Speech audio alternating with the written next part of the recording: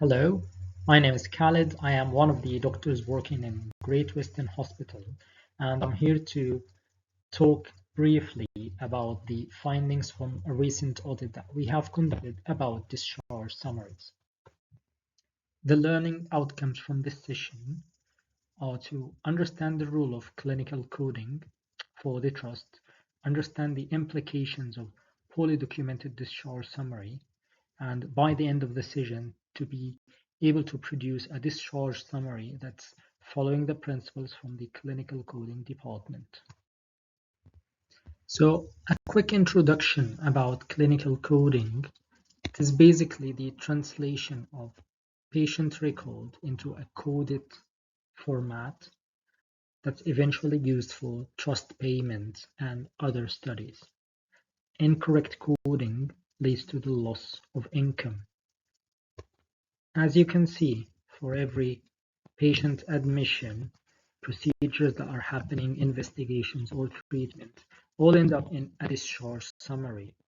This discharge summary is then analyzed by the clinical coders where they produce a coded format.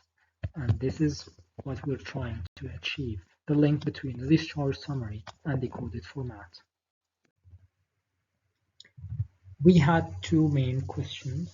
The first one was to check whether all relevant comorbidities were documented accurately, and we were checking for the presence of non-codable terms. We will talk about this on the next slide. Clinical coders define three main principles for the best practice when recording discharge summaries. The first thing is for it to be clear. This means to avoid some terms which are non-codable. Everything in the red box we should not be using. The second principle is complete, which entails being more specific, listing all the diagnoses, not leaving the diagnosis field blank, and listing all the active comorbidities related to the medical condition. The third principle is understandable, avoiding abbreviations and acronyms which might have multiple interpretations, and not to record test results without the interpretation, because clinical coders are not allowed to interpret test results.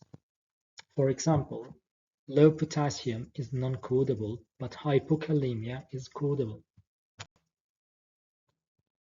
Now that we know the principles put by the clinical coding department, we went to check the compliance in the discharge summaries. We had a random sample covering 1 week in AMU, ended up analyzing 84 discharge summaries.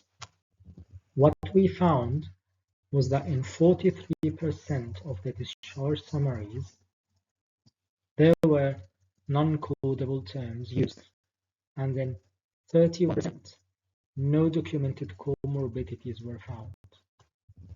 Common examples of misdocumentation that we found were the use of terms such as likely, question mark, plus or minus, some acronyms such as MS, AS, IE, some test results without interpretation, and some diagnoses were non-specific.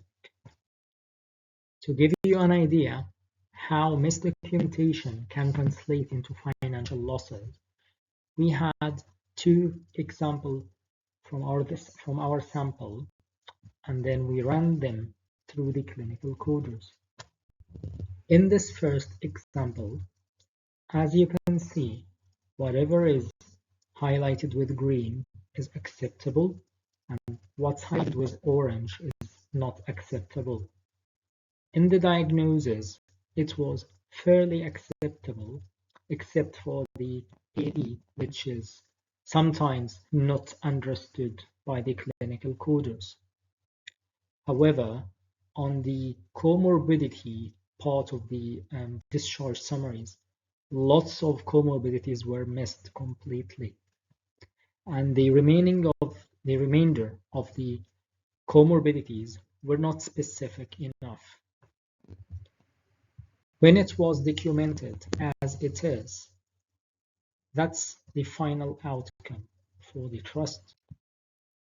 However, when we added the missed comorbidities, we end up with an estimated loss of £1,700 for that one single discharge summary. So take-home message was, you have to document all comorbidities.